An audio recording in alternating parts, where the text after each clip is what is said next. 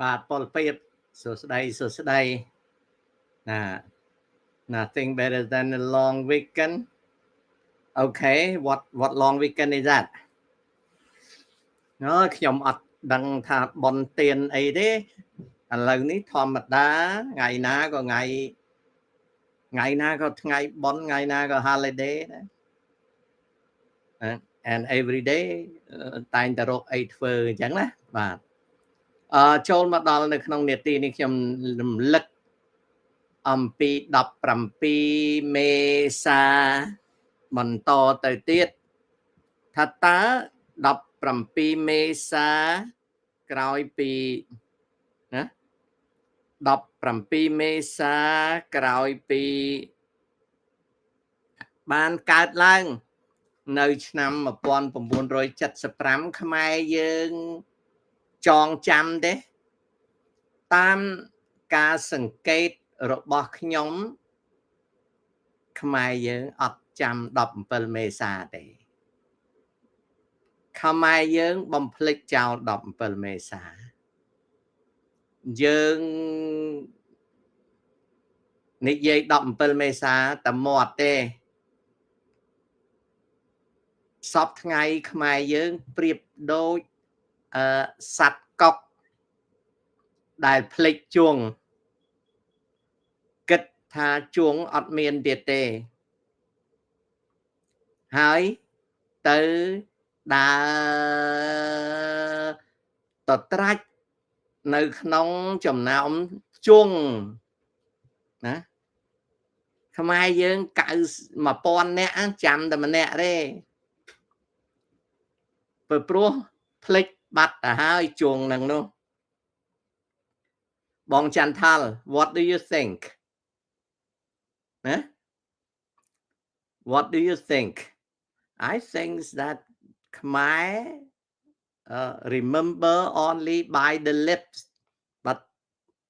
many just don't remember the root cause of 17 April 1975ហើយសពថ្ងៃហ្នឹងគឺកំពុងតែទៅដើរសប្បាយលេងជាមួយនឹងអន្ទាក់ដែលប្រៀបបាននឹងសត្វកុកតែមិនភ្លេចខ្លួនថាដើរក្នុងជួងទេណា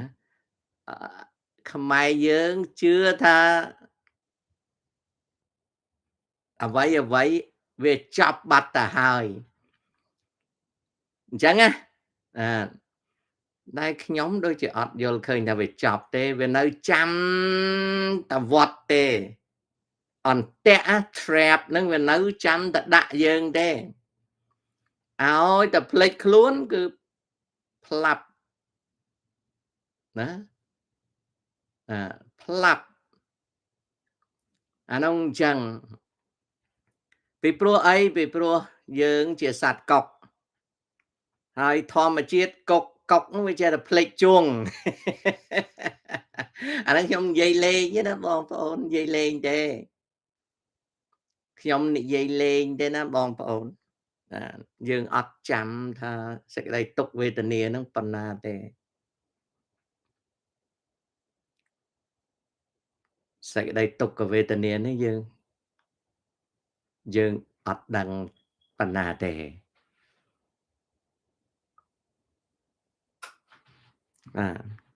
ចំណែកខ្ញុំសុំទោសខ្ញុំគិតផ្សេងខ្ញុំខំប្រឹងចងចាំថាអន្ទាក់ហ្នឹងនៅក្បែរខ្លួនត្រូវតែកុំឲ្យទៅចិត្តវាតែទៅចិត្តវាគឺច្បាស់ជាថ្ងៃណាមួយវាវត្តមកយ៉ាប់មែនតើហើយបាទអរគុណវ៉ាន់តេងសុភ័ក្រគង់សួស្ដីអញ្ចឹងនៅភាគមុនខ្ញុំនិយាយពីខ្មែរក្រហមចូលនៅបាត់ដំបងបាទនៅបាត់ដំបងណាបាទ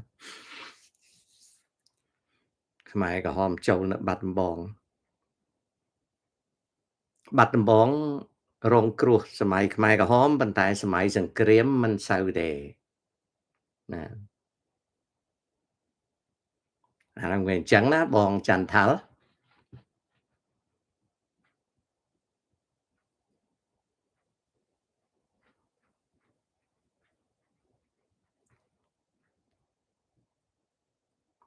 50ឆ្នាំក្រោយមក love love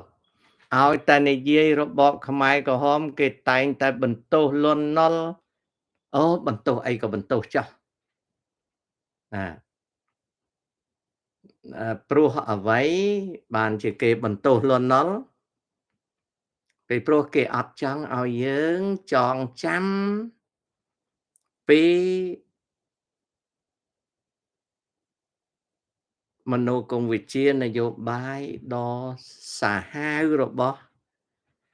កុម្មុយនីសទេណា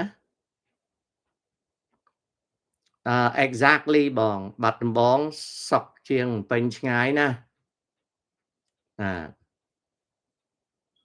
Edward វត្តកំផែងឡើយជាងអៀតជាងមុនតាមមើល Good evening ដារាវីបាទចាក់ទឹកក្តៅបន្តិច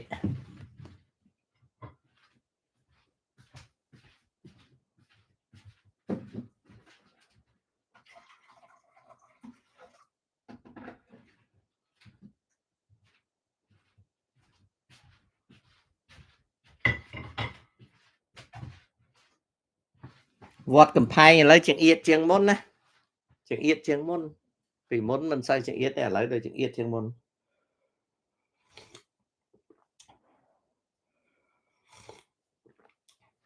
ខ្ញុំពីដើមខ្ញុំចេះច្រៀងតែឥឡូវច្រៀងវាមិនកើតចាស់ទៅច្រៀងមិនកើតទេណាបាទចាស់ទៅច្រៀងវាមិនកើតណាភូមិវត្តកំផែងរៀមសូមថ្លែងទុកស្នេហ៍បានជួបមុខរាយជាទំនុកទុកកម្មស្នេហ៍ខ្ញុំភ្លេចបាត់អស់ភ្លេចអស់លេងស្នេហ៍មើលមានចាំខ្លះទេភ្លេចអស់ហើយណែកំសត់ស្អីប្រត់ស្នេហ៍ឧត្តមដូចចន្ទ្រារាត្រីតឹងឃ្មុំអីទួញយំសុំក្តីមេត្តាអត់ចាំទេបងប្អូនបងឈឺក្អួតឈាមដូចអុកសារ៉េតឈឺហួងព្រំដែនមិនចាំពីដើមចាំបទហ្នឹងចាំណាពីដើមចាំឈឺហួងព្រំដែនស្នេហ៍រយម៉ឺនសែនទុកឡើងតូមនិញអីទៀតអូខេ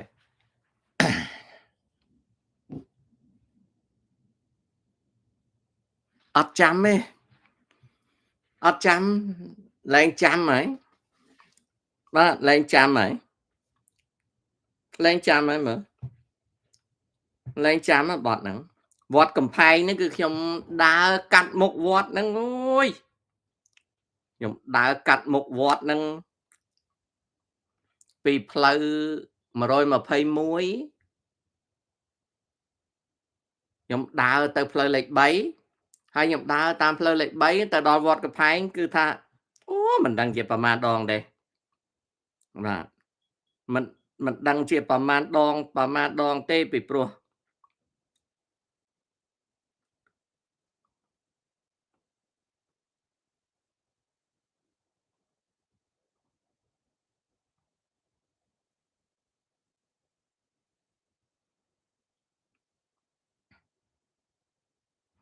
មើលគេច្រៀងថាម៉េច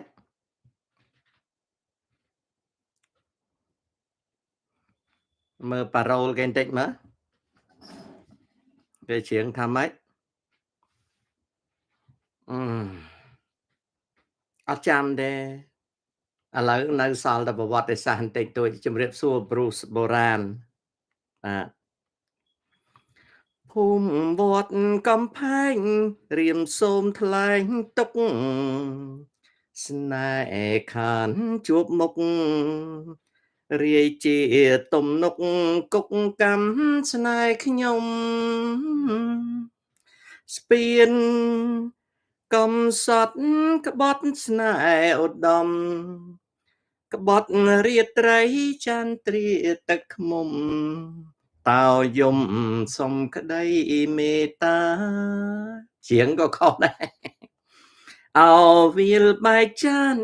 បែកចិត្តទៅហើយស្នេហ៍គ្មានកងត្រើយស្ទឹងសង្កែអើយមិនដាច់ឡើយឬស្យាគួចស្នេហ៍ខ្ញុំឲ្យលួងមរណាគួចទាំងចិត្តឲ្យស្វិតដូចផ្កាខ្លោចផ្សាអរ៉ាមួមងទៅមួយដែរដូចមន់អួលកន្ទក់ពីដើមច្រៀងរហូតប៉ុន្តែកាលខ្ញុំនៅក្មេងខ្ញុំចាំតែបទស្រីចាំតែបទស្រីទេខ្ញុំពីដើមខ្ញុំច្រៀងតែបទស្រីទេបទប្រុសខ្ញុំមិនសូវទេខ្ញុំច្រៀងតែបទស្រីទេឥឡូវច្រៀងកើតទេភរិយាខ្ញុំគាត់ចង់ច្រៀងជាមួយខ្ញុំណាប៉ុន្តែខ្ញុំមិនដែលច្រៀងជាមួយគាត់ទេជួនកាលគាត់អន់ចិត្តគាត់ព្រោះខ្ញុំចាស់ហើយបាទ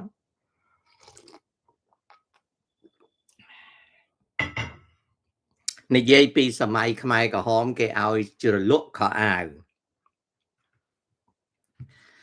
ខ្ញុំចុះទៅនៅព្រែកទាល់បាទចុះទៅនៅព្រែកទាល់ត្រូវការជ្រលក់ខោអាវយើងអត់មានមកឃ្លឿទេដល់អញ្ចឹងវាថ្នាំលាបសក់ណាថ្នាំលាបសក់អញ្ចឹងហើយឬក៏ស្អីទេយកមកជ្រលក់ស្ងោរជ្រលក់លោកតាចេះលើកដាក់សំឡេងពីរោះស្ដាប់ទៅដឹងពីវិស័យចម្រៀងអត់ទេកូនអត់ទេសុធិរិទ្ធអត់ទេ